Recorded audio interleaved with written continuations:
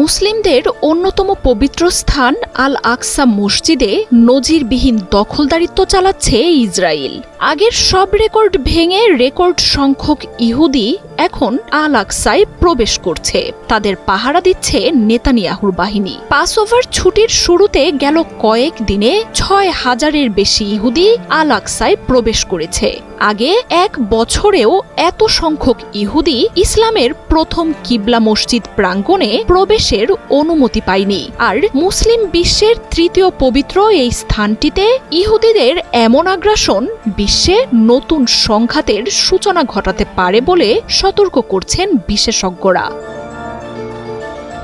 গেল শনিবার থেকে ইহুদিদের পাসওভারের ছুটি শুরুর পর থেকেই আল আকসায় ইসরায়েলিদের ঢল নেমেছে।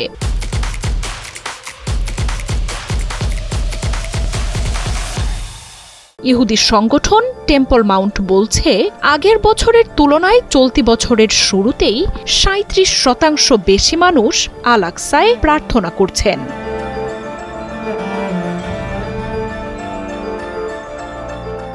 আল আকসা মসজিদের দায়িত্বে থাকা ইসলামিক ওয়াকফ সংশ্লিষ্টরাও মসজিদটিতে ইহুদিদের এই ব্যাপক প্রবেশের কথা নিশ্চিত করেছে। ১৯৬৭ সালে ইসরায়েল জেরুজালেম দখল করে। আল আকসা প্রাঙ্গণে সব ধর্মের ব্যক্তিরা প্রবেশ করতে পারলেও স্ট্যাটাস কোর মাধ্যমে প্রার্থনার অধিকার শুধু মুসলিমদেরই ছিল।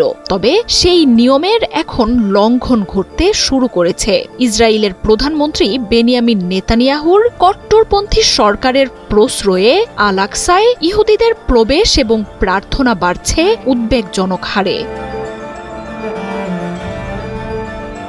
নেতানিয়াহুর প্রশাসনে উগ্রপন্থী মন্ত্রী বেন জিভির সম্প্রতি আল আকসা নিয়ে বিস্ফোরক এক মন্তব্য করেছেন, যেখানে আল আকসায় ইহুদিদের জন্য সিনাগগ তৈরির আহ্বান জানান তিনি। ইহুদিদের প্রবেশে বিধিনিষেধ তুলে নেয়ার জন্য সোচ্চার এই কট্টরপন্থী। আর আল আকসায় সাম্প্রতিক সময়ে ইহুদিদের এই ঢল নামার পেছনে নেতানিয়াহু ঘনিষ্ঠ বেন জিভিরের উস্কানি সবচেয়ে বড় প্রভাবক হয়ে উঠেছে। কিছুদিন পরপরই কোনো নিয়ম নীতির তোয়াক্কা না করেই আল আকসায় যান বেন জিভির নিজেও। সবচেয়ে বিস্ময়কর ব্যাপার হচ্ছে, আল আকসায় ইহুদি প্রবেশ যত বাড়ছে তত কড়া নিয়ম হচ্ছে মুসলিমদের প্রবেশে।